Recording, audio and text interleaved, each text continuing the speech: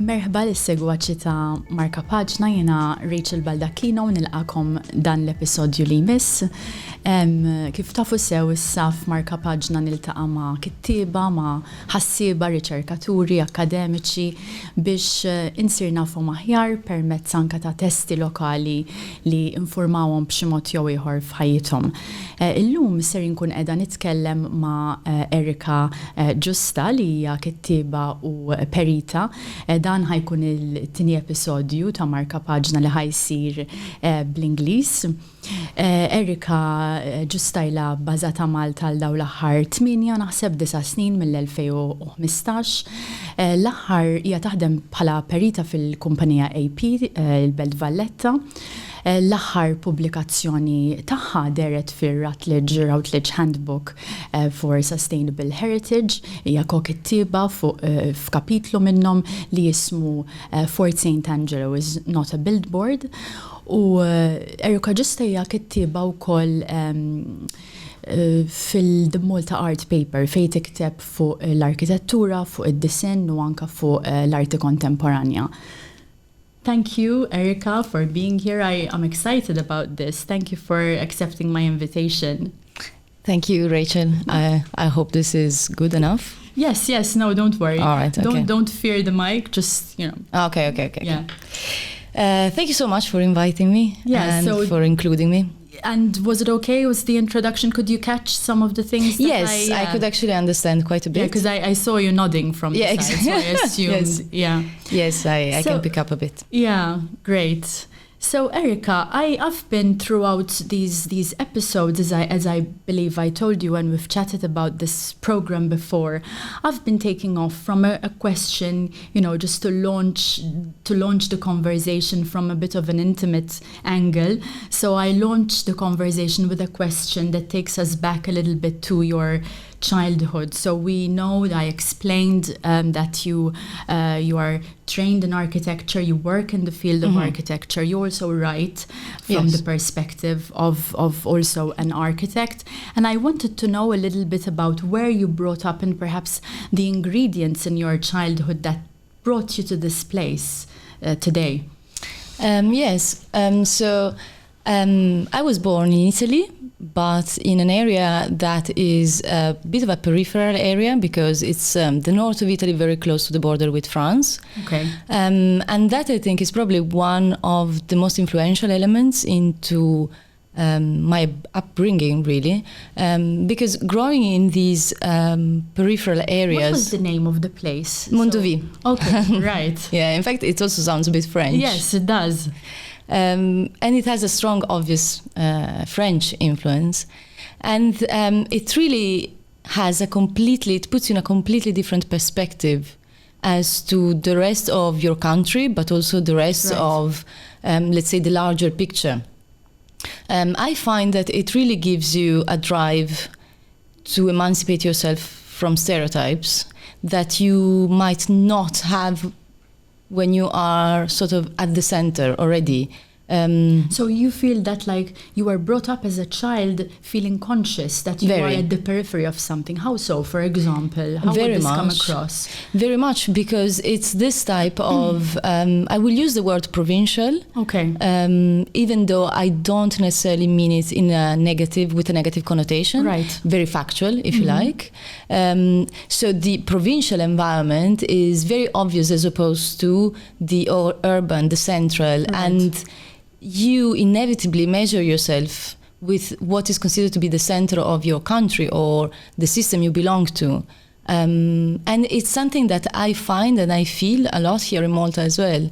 It's something I'm very familiar with in terms of dynamic, because somehow it's a peripheral area, always at the border between something and something else. Right. And I find it extremely challenging and interesting. But I find it also an advantage in many ways, really. Right.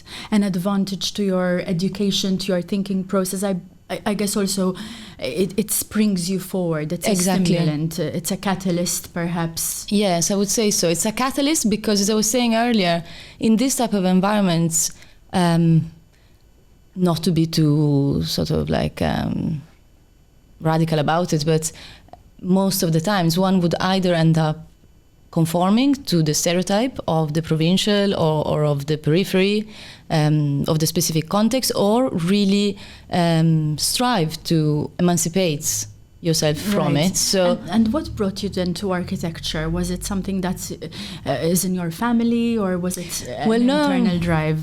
Not really. My family is more on the engineering side. Right. Well, so I really wanted to be a journalist, actually. Okay.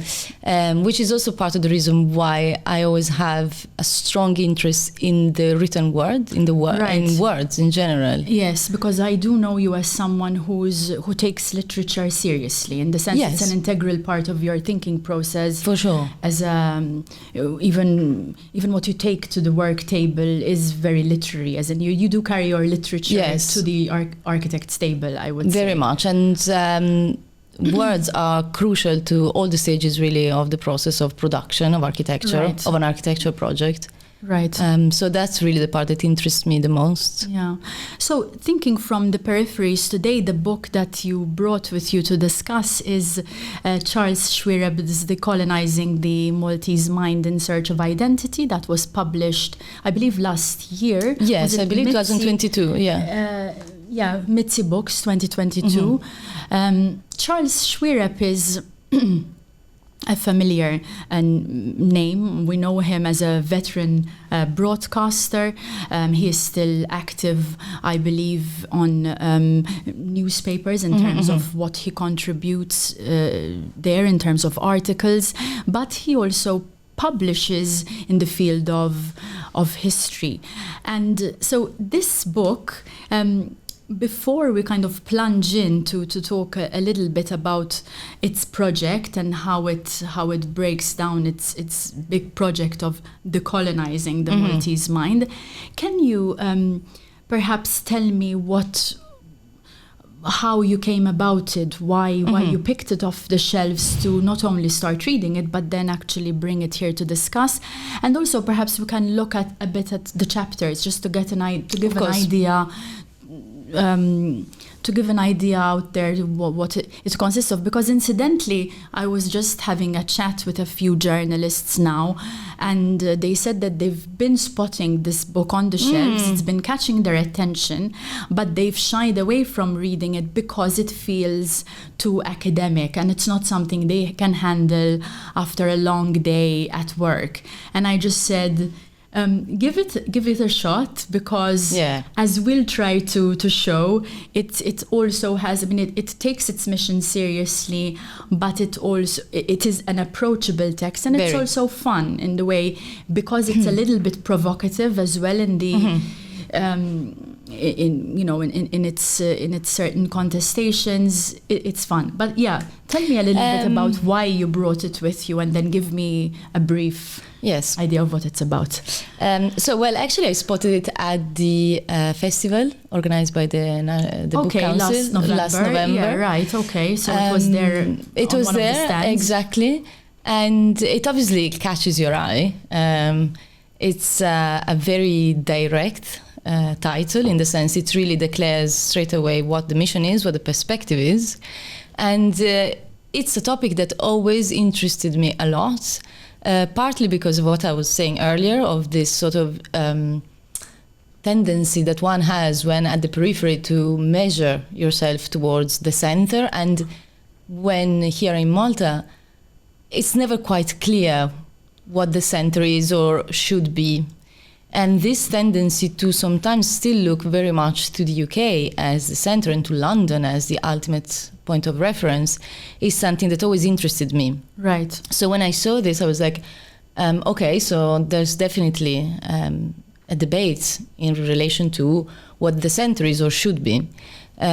So that is, I would say, the main reason why I picked it up. So to you, it felt like a window to a debate that you were underexposed to? Exactly. Right, okay. Exactly. A debate that I find is perhaps just in the architecture field, because I think in the historical and other academic fields, perhaps it's a bit more present, but in the architecture field, for sure, it is not really touched upon much. Right. So the book is actually not so academic in the sense like it's not something that requires the type of effort. It's a brilliant source of references, very diverse as well. For example, references spanning what? Spanning from articles from the Times of Malta all the way to across the decades. Across the decades, yes. exactly. So yes, in fact, I also had that experience that in terms of an introduction to where we can go to find sources that touch upon this, I think it's a very diverse well of references. In the very sense, it's diverse. Not just academic texts. They are there, they're present, but there are also journalistic ones as well. Journalistic ones, historical ones, archival material is referenced as well. And it's great also because it allows anyone really who's not too familiar with the topic or with anthropology or the field more in general to really be able to step in this type of research in a very accessible way. So it's shall really, we have a look at the chapters just to see, for example, what topics? I know that we're going to that one of the chapters that you picked to discuss was the chapter on British colonial monuments of propaganda monuments. Exactly, propaganda monuments. But what else is in there? So I saw something, because I didn't have time to read it all. I know I read 2 chapters, introduction and conclusion. It really introduces the topic from a historical perspective. So the first 2 chapters really are about empires. So the first chapter, in fact, is called Empires Rule the World, a historical overview. The second chapter is about the experience of Malta as a British colony. Yeah, because the book does focus when it comes to the colonial experience. It does locate it there. The 200 years of British rule. So yes, that needs to be made clear. It's obviously made very clear in the the cover as well. Yes, but it is true that it doesn't in any way touch upon the Knights era and everything, let's say, of colonial nature that happened before the British. Yes, it makes its mission pretty clear, and it's understandable as well that it would be a very big that's challenge. That's it. But for example, that chapter which says Malta from London to Brussels, is that what is that about? Yes, because again, it is organized in a chronological way. Right. So it does also follow, not fully, but it does also follow historically. So what was the political development of Malta all the way to joining the European Union, obviously. Okay, so that's exactly. Okay. A Journey into Time Regained is really where he introduces this idea of the possibility that Malta has of creating a new future for itself, a new identity. In the present moment, you mean? Exactly, from now onwards. And it also then dives a bit deeper into a couple of topics more specific as to how we should be regaining this time and forge this new identity with respect to monuments and therefore the built environment at large, if you like. Right. And also with respect to tourism, because it has been not only recently, I mean, quite, I would say, traditionally, a pillar of Maltese economy and also a pillar of how the Maltese project themselves abroad. So almost like a filter, an exercise. Yeah, in fact, I found that interesting, that the closing note is on how the way we interact as a nation with tourism as a capital, as an opportunity for a capital, how a colonialist mindset tends to lodge inside there as well. And there is hugely. So that is the end point where he continues unpacking this, the main contention that he makes in the book over there. So that's the end point. But let's go back a little bit. As I've just said, to put it very simply, the main contention that he makes here is that the Maltese still suffer from a colonial mindset and still suffer from critical reluctance to engage with the colonial past, its different layers, but critically. Exactly. So openly, in a sophisticated manner, in a manner that branches different fields. Now, to go straight to your line of thinking, how do you find that this critical reluctance, but also perhaps this colonial mindset, if you agree with Xuereb's contention, how do you find this reflected in the way we're shaping our built environment today?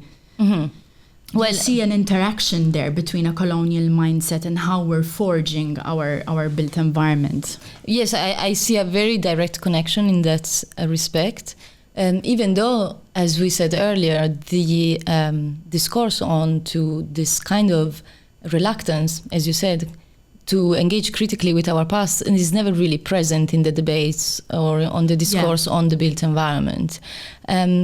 Really, if you look at how the debate of the crisis, because it is a crisis of the built environment in Malta, has evolved over the past, I would say, couple of decades, it always centers around raising awareness about the main issues of overdevelopment, lack of protection of heritage buildings, and it very much always centers around the protest, against something which is happening, but very rarely it focuses on questioning the reasons behind this, so at the root of this behavior. Right, which if we follow Xuereb's line of thinking, would signal a crisis in identity. Exactly. I find that the two are very related, and especially when it comes to the approach towards the overdevelopment and all the issues that we have because of overdevelopment, I find it always, I would say, almost a bit shallow how the roots of this issue are never really investigated. And I found that Xuereb does offer an interesting perspective on this, because he speaks a lot about the individualism at the core of the British imperial propaganda.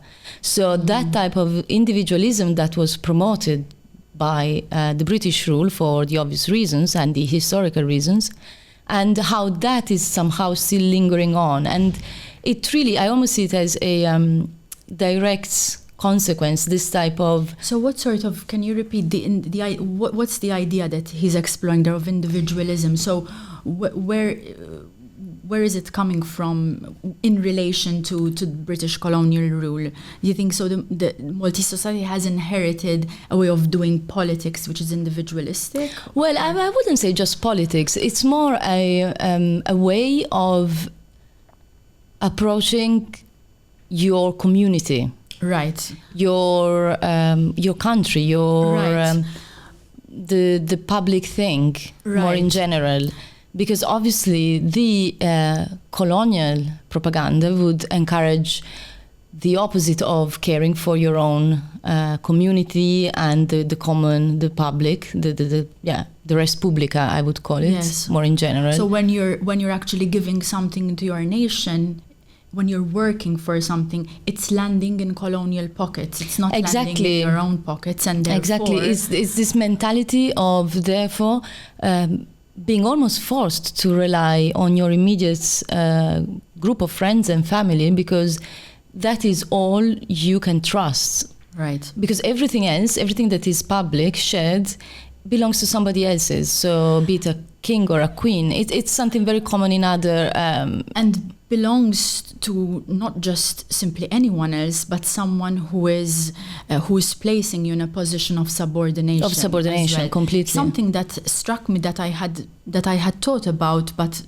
ages ago, was the fact that he mentions at various points in the book, and I think it's something that comes up in reviews that I saw of the book. I instantly read one by Giovanni Bonello, where he says that there is a certain tendency to look at our colonial history as a mild colonial history, as because there wasn't the outright violence that there was in other countries, then we tend to dismiss the violence of subordination that is, whether it was outright or not, is very aggressive still. It's still a form of violence that is intergenerational, that can be on many levels traumatic, and that it's also a very normal research shows consequence of trauma to dismiss it and to not engage with it, engaging in any way, and to not know how to engage with it. Exactly, and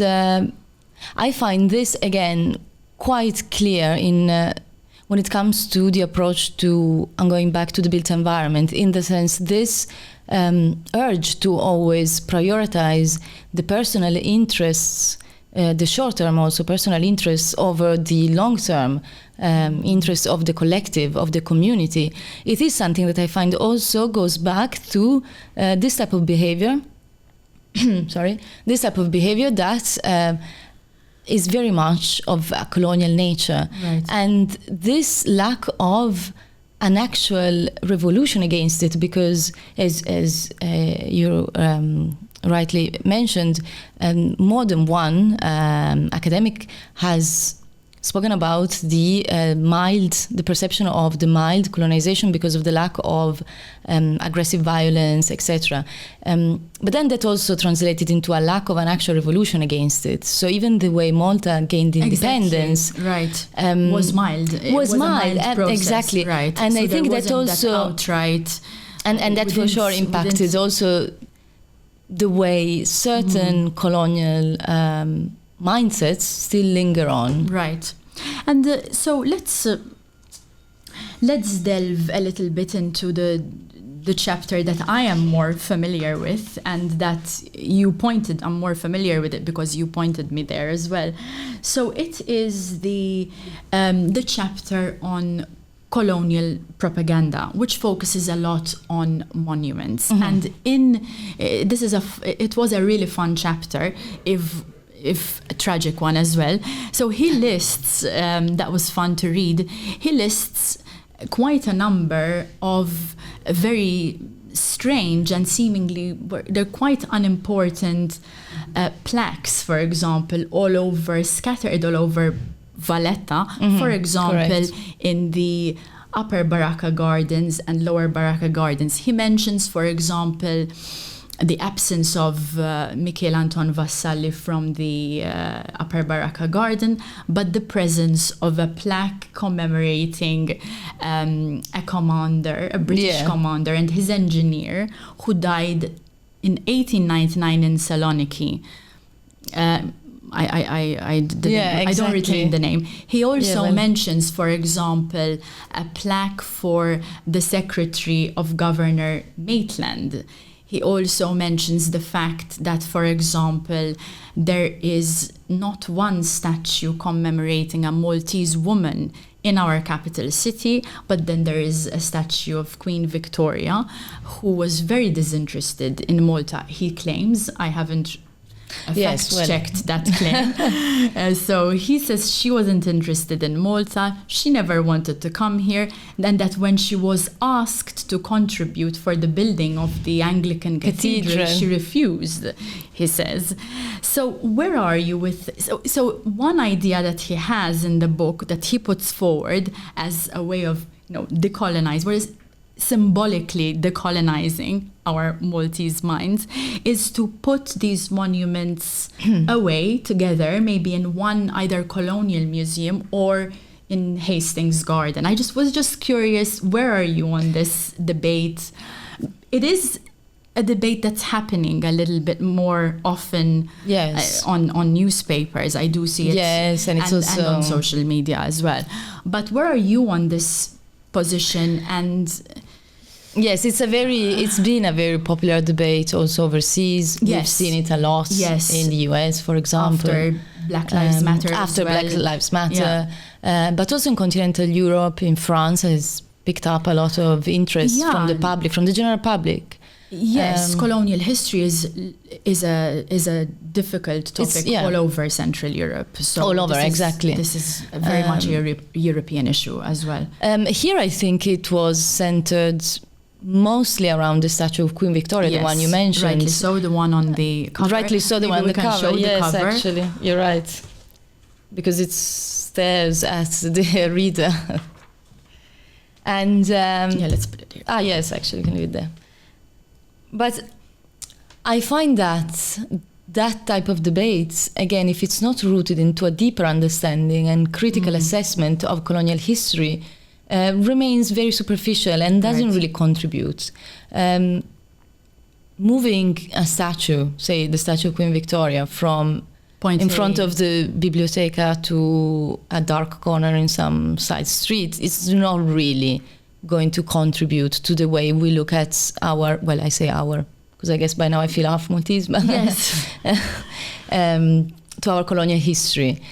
It might give a strong sign of a change in perspective, mentality, but it's not going to be enough. So I don't quite believe into this type of symbolic acts when on their own. Right. When they don't actually form part of a larger...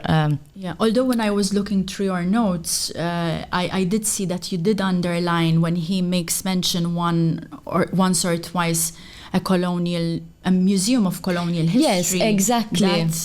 That was something that... That is something in which I think one could find the right opportunity to then engage into that type of review and study. And critical. You're also opening up a space where perhaps a museum like that can obviously call forth more education around exactly, that topic. For sure. And the very act of grouping these statues into a museum would require a huge curatorial effort that by nature requires some sort of critical thinking to it and researching. And shall we perhaps read a part from that chapter? It's, I think, was it 401? I think that was that. Here it is. Can you read this section, please, just to get an idea of the questions that he generates? Yes, of in course. In this chapter on monuments. Yes, I will just go through this paragraph. Yes. Why is it that the harbour area does not have a monument to immigration when so many thousands of local families had to distance themselves from their homeland, seeking a living? What about a monument to poverty when so many natives died of hunger? And what about Maltese exiles under British rule, including hundreds of French sympathizers who had to abandon their homes in 1800, including a brain drain of sorts, and Italian supporters who were sent to Uganda during World War II, risking their lives in a war-torn Mediterranean Sea in a trip to Egypt with scarce justice? How is it that Cottonera never thought of erecting a monument to those dockyard workers who lost their lives repairing British ships, even under enemy fire?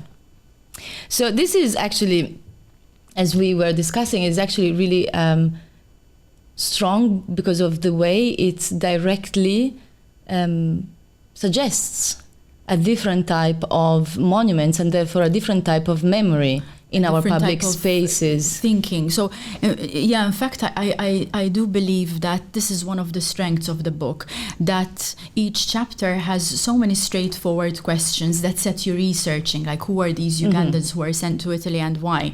And we, in our few phone calls that we had about this, you also mentioned that there is, however, such a monument at the harbour. There is, exactly. So at least we can tick one of these questions of our partly. Can you? Yes, there is actually a monument in the shape of a small paper ship, obviously made of stone, but that was erected in 2008 after the regeneration of the Valletta waterfront. Right. To commemorate all the children that had been sent to Australia. Obviously, the decision would have been taken by the British government. So as part of this sort of policy that they had of shifting almost people around within the Commonwealth. Okay, so that's the conversation that monument is having there. So this is a real topic that we can go on forever about, because there's so much. I do hope that we've been, we've given our audience a bit of a taste of what to expect here. But before we close off, I want you to very briefly just tell me a little bit about your work at the moment. I know that I mentioned one of your articles in the Routledge Handbook of Sustainable Heritage, but what else are you working on at the moment that perhaps ties into the preoccupations of this book? Yes. Well, I would say probably the most relevant type of work in terms of writing that I'm focusing on at the moment really is to also try and look at other countries that had similar colonial experiences. And when I say similar, mostly from a political perspective, so British colonial experiences, also looking at sub-Saharan Africa and trying to, almost by comparing histories and the way histories have shaped the built environment, try and better understand also our local. For example, like a place, is there any place you're engaging? Yes, at the moment I'm looking closely at Accra and the Ghanaian heritage, especially the coastal built heritage of mostly, not only, but mostly of British period. And there is a lot there to look at, especially through the lens of the commercial development of these cities. So we're really looking at Valletta in particular, so the Grand Harbour area, and Accra as mercantile cities that through, let's say, the most important historical phases of their colonial experience had these huge transformations in their built environment, and therefore really through the lens of the economic and political history of the city, try and understand, okay, so what are the real key issues that we face today when handling this type of heritage, and what can we learn from also comparing notes. Right. That sounds... Yeah, it sounds challenging. Challenging, but something that I really look forward to reading, and I do hope that it becomes a writing. I hope so too. A text. Not that I wouldn't be interested in an exhibition, but a text would definitely. Yes, we're at the very beginning of the exercise, so we'll see which shape it will take. But there'll be a lot of writing involved for sure. Erica, thank you so much. Thank you, Rachel, for being here, and I look forward to this project coming to fruition, as I said. Thank you. Nirringrazzjakom tal-li segwejtuna. Markapaġna jixxandar nhar ta' tlieta fis-sitta fuq il-pjattaformi soċjali tal-Kunsill Nazzjonali tal-Ktib ta' Malta Today, u bħala audio ssibuh ukoll fuq Spotify u fuq Apple Podcasts.